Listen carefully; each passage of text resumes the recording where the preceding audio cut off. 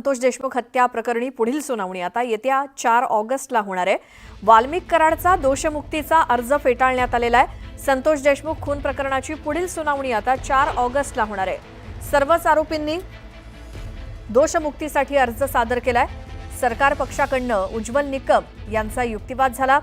एक आरोपी दोषमुक्तीसाठी अर्ज करेल आणि सुनावणी लांबणीवर पडेल, त्यामुळे निर्णय देण्याची मागणी वकिलांनी केली आहे। वाल्मिक कराड याने या खटल्यामधून संतोष देशमुखच्या खुनामधून मला दोषमुक्त करावं अशाचा जो अर्ज दिलेला होता तो अर्ज आज न्यायालयाने फेटाळून लावलेला आहे। त्याचा अर्ज फेटाळल्यानंतर लगेच दुसरा आरोपी विष्णू चाटे आणि इतर सर्व आरोपींनी आम्हाला या खटल्यातून वगळावं, दोषमुक्त करावे अशा तऱ्हेचा अर्ज दिला। त्यावरती मी जोरदार हरकत घेतली।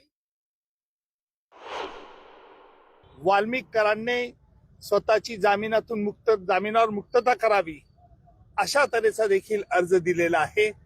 त्याला देखील आज आम्ही आमचं म्हणणं आता देत आहोत, त्याला देखील आम्ही विरोध करत आहोत। या सगळ्या याची सुनावणी आता 4 तारखेला 4 ऑगस्टला याच्या सगळ्या अर्जांची सुनावणी न्यायालय घेईल। काही अर्ज प्रॉपर्टी अटॅचमेंटचे त्यांनी दिले होते, आम्ही काही अकाउंट रिफ्रिजिंगचे अर्ज दिले होते, याच्या सुनावणीसाठी आज होतं। आज त्यावरती सुनावणी झालेली आहे। सरकारी पक्षातर्फे युक्तिवाद केला गेला आणि बचाव पक्षातर्फे युक्तिवाद सगळ्या अर्जांवरती आज पूर्ण झालेला आहे। आता त्याच्यावरती आदेशासाठी पुढील तारीख दिलेली आहे।